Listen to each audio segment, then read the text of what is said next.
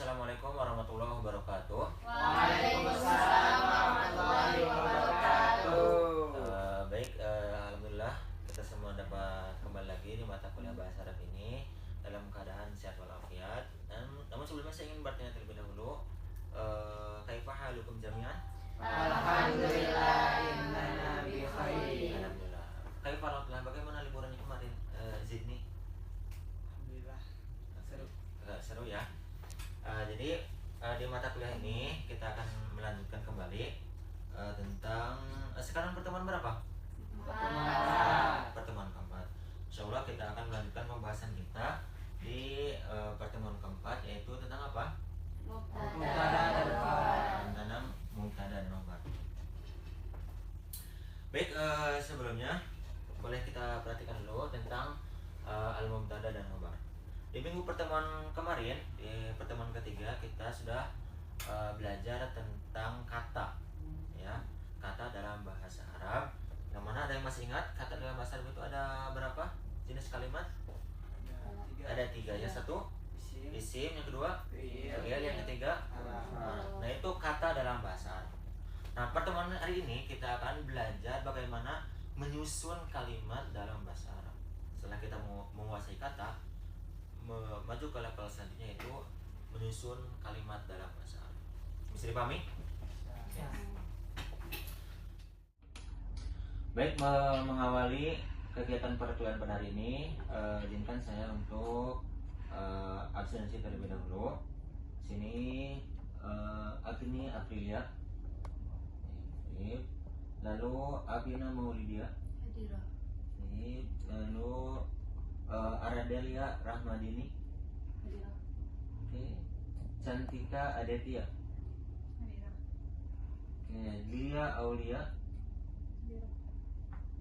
Firly Hansa. Cukup ya.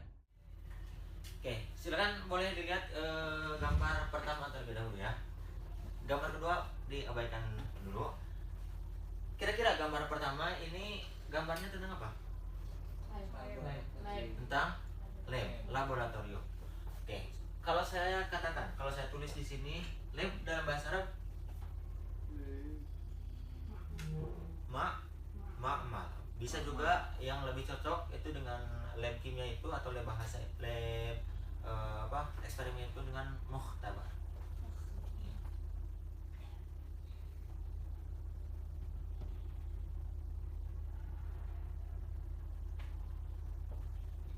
Kalau kita katakan misalkan al-mukhtabaru nadifun,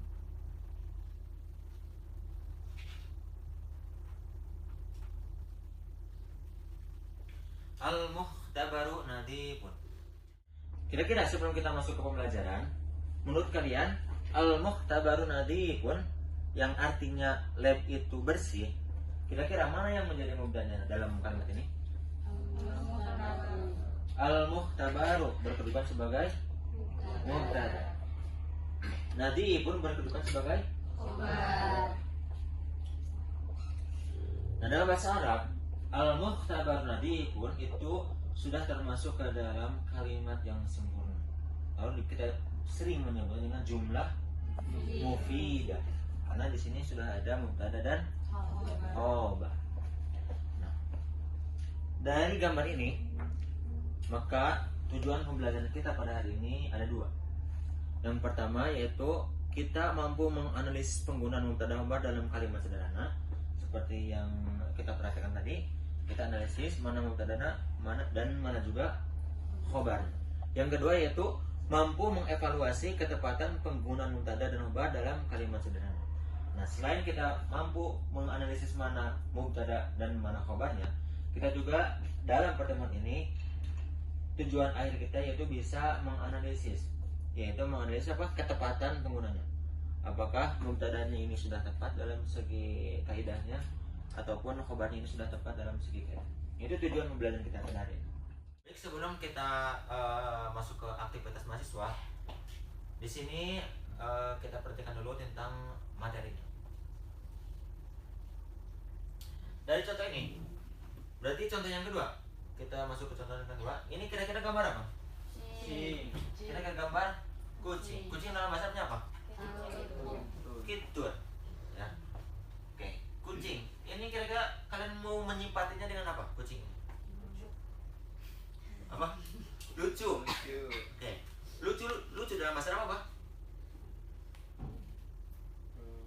lucu. Kucu nih. Apa? Lucu. Lucu dalam bahasa Arab apa? Lucu itu latifun. Ya. Lucu itu apa? Latifun. Berarti kira-kira kucing itu lucu. Berarti dalam al-qittu latif. Baik ya. Saya kira sudah bisa memahami itu tentang bagaimana kita menggunakan mubtada dan khabar meskipun kita belum masuk ke dalam materinya. Saya kira kalian sudah belajar memahami. Baik, kita lanjutkan tentang al-mubtada wal khabar. Mubtada dan khabar. Dari kalimat yang kita tulis tadi, al-mukhtabar nadifun, mana yang menjadi mubtada tadi? Al-mukhtabar nadifun berkedudukan sebagai khabar. Oke, saya ingin meminta kepada siapa? Cantika. Cantika, al-mukhtabar nadifun. Apa yang bisa disimpulkan dari kata al-mukhtabar ini? Kenapa disebut mubtada?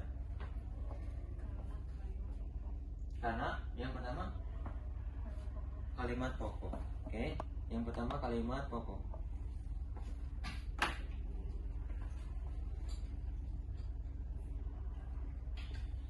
Yang kedua, boleh? Zidni. Al-mukhtabaru, letaknya di awal atau di akhir? Di awal. Oke, di awal. Di awal. Lalu al-mukhtabaru dari i'rabnya, rofa, nasab atau jar?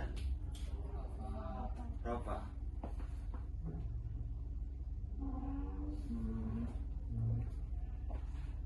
Al-mukhtabaru dari segi kalimatnya termasuk kalimat apa? Isim, fi'il atau harf? Isim.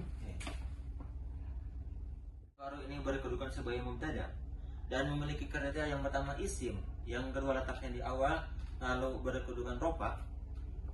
Oke, jadi kesimpulannya mubtada itu apa? Isim yang Boleh? rofa terletak di awal kalimat. Oke. Jadi seperti yang disimpulkan oleh siapa tadi namanya? Iya. Agnia. Yang disimpulkan oleh Agnia bahwa yang dimaksud dengan khobar ya, yang dimaksud dengan mubtada itu adalah isim yang letaknya di awal dan berirob rofa. Bisa dipahami? Oke. Selanjutnya siapa namanya? Apa lagi? Masuk Zikri. Oke, Zikri. Boleh dilihat nadifun, kata nadifun. Zikri nadifun dari minul kalimat, dari kalimatnya termasuk kalimat apa ini? Jenisnya isim, fi'il atau harf? Nadif. Isim. Yang kedua, i'rabnya rofa, nasab atau jar? Nadifun. Oke, dhammah, rofa ya. Oke, selanjutnya nadifun termasuk dari ma'rifat nakirahnya, umum atau khususnya, termasuk yang umum atau khusus, ma'rifat atau nakirahnya? Nakirah. Yang terakhir, kedudukannya dalam sebuah kalimat nadifun ini sebagai pokok atau pelengkap, pelengkap informasi. Oke, ini pelengkap ya. Baik, siapa yang mau menyimpulkan tentang khobar ini? Boleh? Silakan. Khobar itu adalah isim yang beri'rab rofa yang terletak setelah mubtada dan bentuknya nakirah. Terus sebagai pelengkap Dari mubtada. Ya. Jadi secara keseluruhan atau secara umum yang dimaksud dengan khobar ini betul seperti yang dikatakan oleh siapa? Sandi bahwa nadifun ini terbuat dari isim, i'rabnya harus rofa, dari kalimatnya bentuknya nakirah dan berkedudukan sebagai pelengkap mubtada. Maka kalau kita lihat di qawaid, kita lihat di sini. Siapa yang mau baca? Boleh. Silakan Zidni. Al-mubtada'u ismun marfu'un fi awwal jumlatin Jadi seperti yang dikatakan oleh Zidni bahwa al-mubtada'u wa ismun marfu'un fi awal jumlatin. Artinya isim yang diropakan terletak di awal. isim yang diropakan letaknya di awal jumlah. Al-mukhtabar letaknya di awal atau di akhir? Di awal. Al-mukhtabaru isim atau fi'il? Isim. Isim. Itu ya, al-mubtada'u ismun marfu'un yaqa'u fi awal jumlah. Lalu al-khabar boleh dibaca? Santika.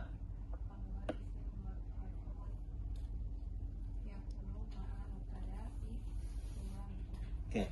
Al-khabaru ismun marfu'un yukawwinu ma'al mubtada'i jumlatan mufidatan. Bahwa yang dimaksud dengan khabar itu adalah yang pertama harus terbuat dari isim. Yang kedua marfu'un harus dirokakan.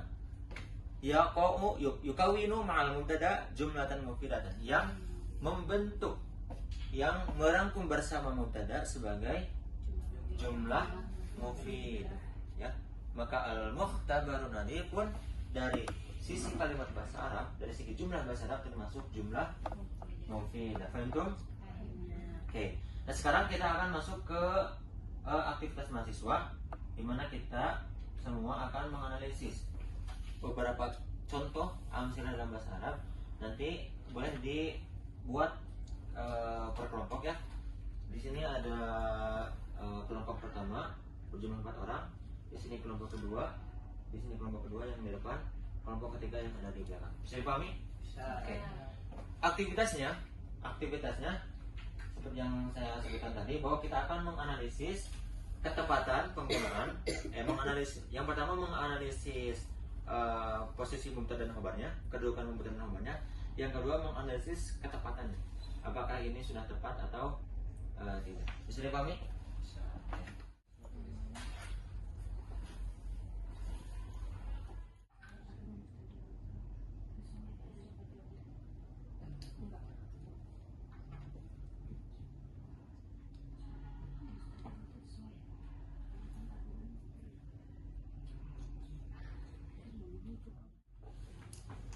Baik, untuk aktivitasnya sudah selesai.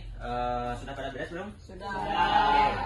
Sekarang kita akan melihat hasil aktivitas kalian. Siapa yang akan menjadi ke depan perwakilan dari kelompok? Saya Pak. Kelompok berapa? Kelompok 1. Kelompok 1. Untuk kelompok 1 diwakili oleh siapa namanya? Zidni. Zidni untuk mempresentasikan hasil diskusi. Ya. Boleh, silakan. Ditulis semua Pak. Ditulis satu aja.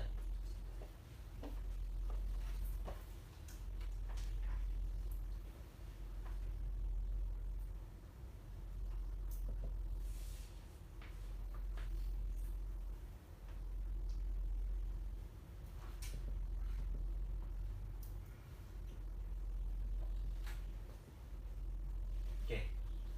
Baik, yang pertama al-qitaru sari'atun. Contoh yang pertama.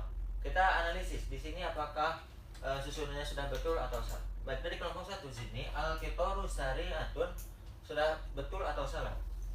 Kalau secara susunan betul, mubtada di awal dan khabar di akhir.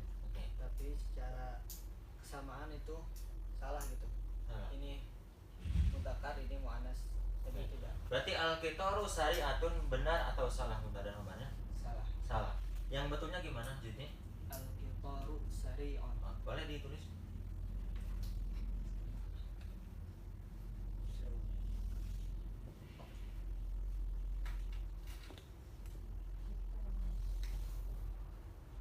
Nah, mana kelihatannya? Al-qitaru sari'atun. Bisa dipahami ya? Jadi al-qitaru sari'atun itu salah karena alasannya tadi apa? Tidak sama. Tidak sama, karena yang satu mudzakkar, yang satu lagi muannas. Yang contoh kedua al-qitaru sari'un. Ini yang betul. Oke. Contoh yang kedua. Oke, untuk kelompok 1 akan menampilkan 2 contoh. Oke, silakan tulis yang contoh yang kedua.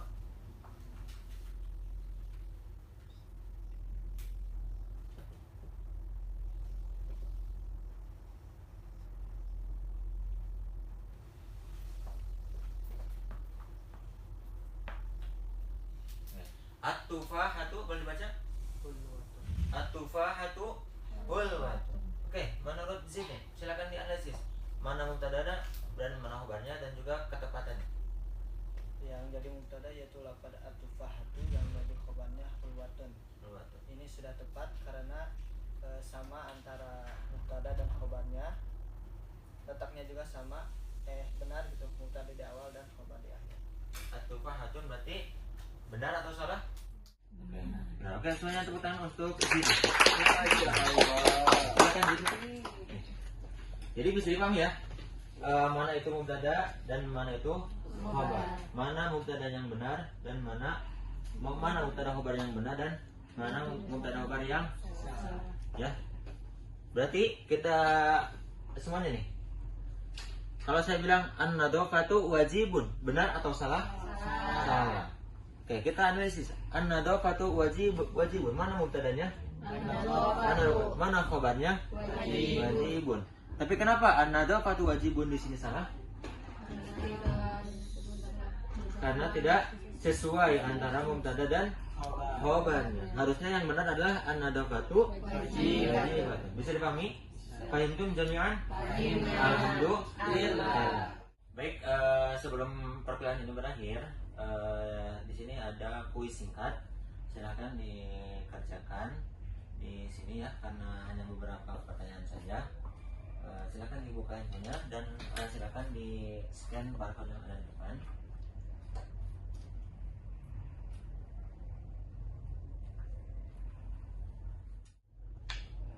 Oke, ya. Silakan di scan.